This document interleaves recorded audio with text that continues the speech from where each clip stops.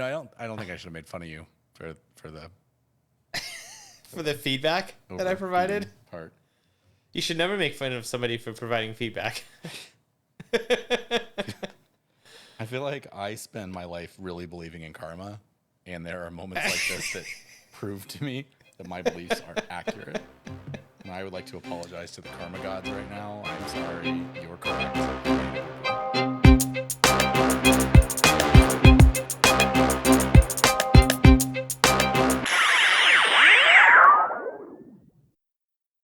I want to try to find a way to segue this into what I really want to talk about. Okay. I don't have a way, so I'm just going to go into it. Sure. And I'm going to ask you a question. What is your favorite restaurant to eat at?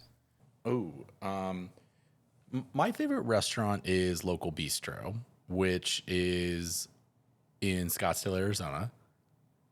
It is a place that my wife and I just love. We love the atmosphere, the ambiance, the food's great, the people are fantastic, and I've been there 100 times and would love to go there 100 more. Okay. What's the best restaurant you've ever eaten at? The best restaurant I've ever eaten at, that is probably Cafe Monarch, which is a Michelin star restaurant in Scottsdale. That or Mama's Fish House in Maui. I mean, one of those two. Okay. I could go on. Like, I could ask you your favorite movie and the best movie you've ever seen, favorite song. Why are they not the same? And what makes them different? Yeah, favorite and best aren't the same. Like, I right. But go ahead. they feel like they should be, though, right? Do they?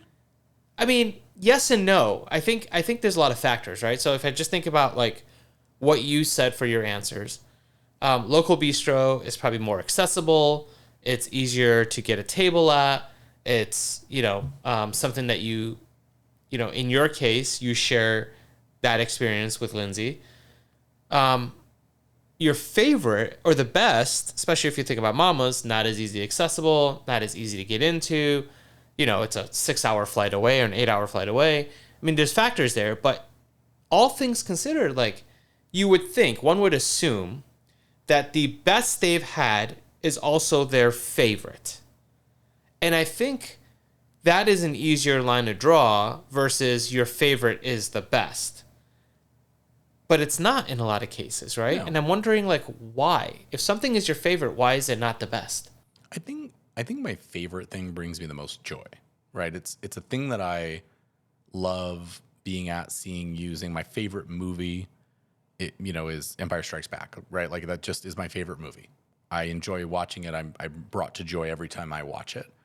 We talk about cameras, right? And the kind of conversation led to, what do I do with this Leica? And you said, well, of course you would sell it. Like, but it's my favorite.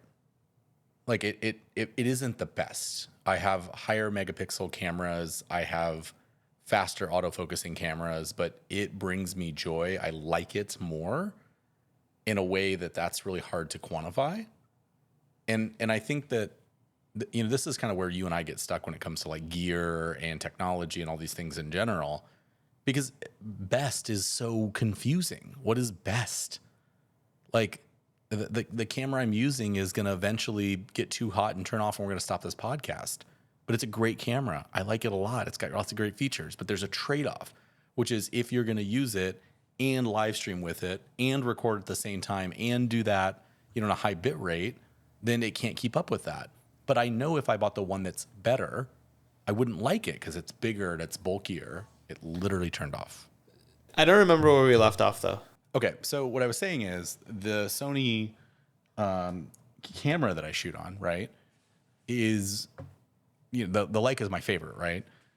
But the hard part is what's best. So that was the discussion, is like, would I trade off the part where I can't record this podcast, use it as a webcam, and record audio in a high bit rate and not overheat if we go over 45 minutes, for a big FX6 that's like gigantic? Well, no, of course not, because I wouldn't take that anywhere. So I mean, best is the thing that I think people seek, and that's the problem I have with people that run for numbers and data, is they fail to consider that I think the favorite tool that you take with you is oftentimes better than the best one. Now, I do think this falls down a little bit when you get out of like technology. Like when you and I are talking about like tech or bicycles or things like that, or restaurants, this all applies, right? But if there's just a nail clipper that's better, it's just better. I think that's not like that debatable. And you probably shouldn't have a favorite one that's kind of janky and is rusty and is risking giving you an infection. Like there's a bad version of this story too, where you're over relying on something that's your favorite and it's not very good. Maybe. I do think I do agree with you that in the tech space, it can be slightly different. But I think listening to you talk, I started to think about something. Okay. It seems like best is an individual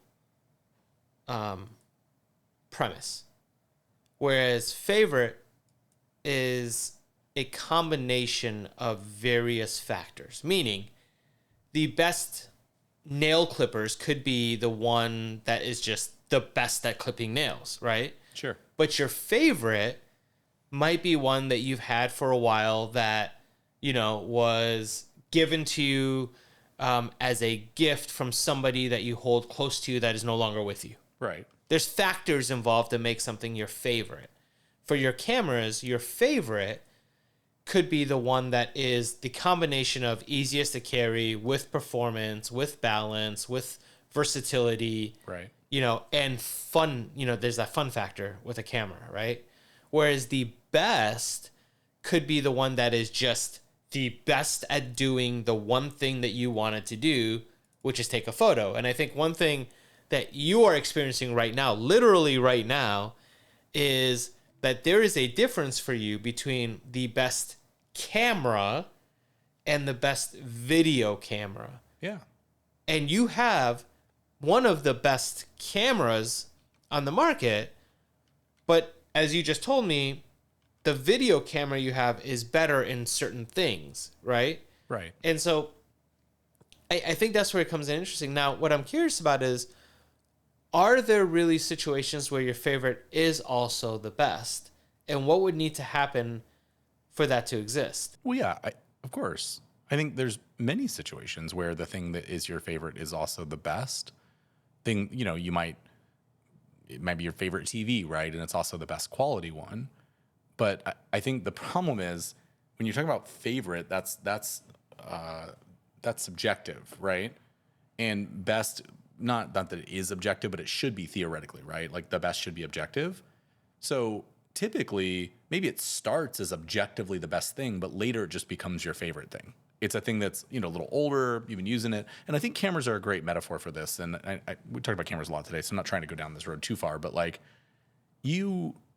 if you own a camera for a really long time and the buttons become second nature to you and you know where everything is and you can just pull out a great image from that camera, regardless of whether it's really the best quality that's out there, like that is probably your favorite one. And in fact, it is probably the best one for you because it is a tool that you can use better.